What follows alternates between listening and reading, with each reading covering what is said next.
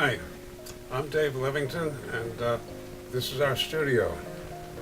Audrey and I decided to retire about 10 years ago. We sold our house, and we found this condo. And we liked it because it has a huge basement with windows that open out.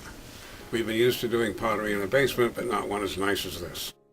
So we had the builders make some modifications, and we have this huge, wonderful studio where we spent time for the last 10 years.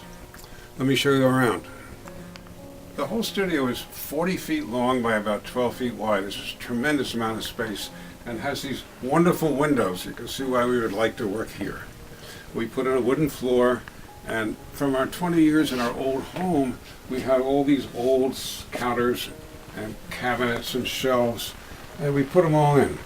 And there's so much room. We even have a bookcase, we even have a sofa. It's a great place to work.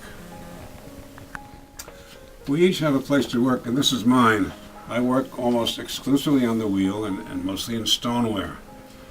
And it's like most places. I have everything within reach. I made a little cubby hole for myself out of milk crates, and I have my tools handy, my bats, my dragon, my Giffen grip. Everything I need is within reach. And it's bright and cheerful. It's a pleasure to work here. Hi, I'm Audrey Levington, and this is my workspace.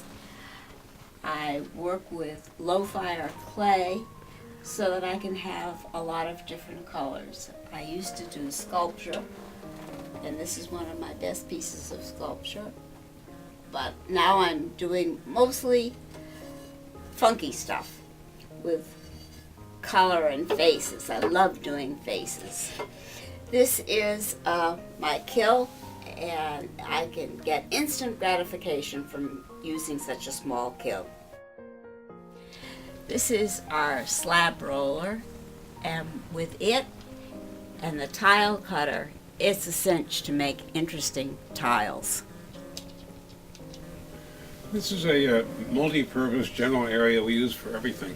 Audrey often teaches kids, and when she does, this is where they work a lot. I use it for two things. I use it to prepare clay. It's my wedging table. I have this marvelous cement wedging board that I learned about on clay art. I also use it to prepare my glazes. So I have my scales, I have things to measure specific gravity, and I have my most common chemicals stored in these bins. One of the hardest things I had to learn was that I really don't ever need my own anagama or even any reduction kiln. Joe Coons and Mel Jacobson in Ceramics Monthly really convinced me that you can make gorgeous glazes in oxidation in an electric kiln. And that's what I do. Now, I know that if my pot doesn't meet my own standards, it's not because I don't have the right kiln, it's because of me.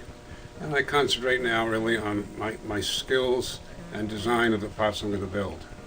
These two kilns, my Crusader and my Econo kiln, are old, but they still get up to speed pretty well. I can maintain them well, and I have a controller which runs either kiln, and really having a controller really makes life a pleasure. I love my little handheld extruder. I use it all the time.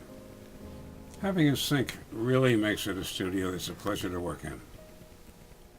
These bubble bags from Staples Industrial are terrific when you're moving around with your pottery. We found these rolling shelves at a restaurant supply house, and they're terrific. They hold all our greenware, all our bisqueware, and they just really make it a pleasure to work. Here's where I store my glazing materials, and here are my glazes. And this is where I do my glazing.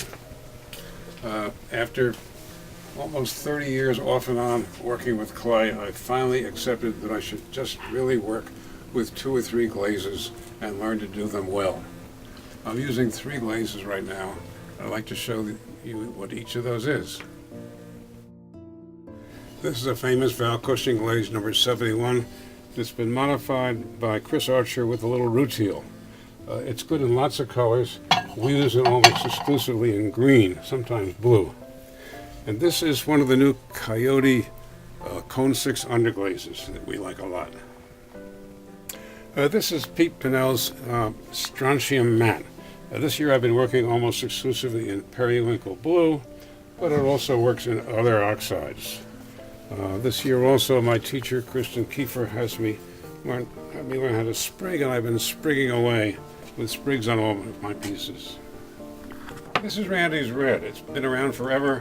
Wherever you are, Randy, thank you. I don't know where this came from. Audrey and I use this glaze with a black slip for her to decorate my work. We all admire the work of Dick and Holly Masterson in Santa Fe, and this is our version of what they do. It works nicely on any kind of piece, and the red really comes out pretty nicely for oxidation cone 6 red.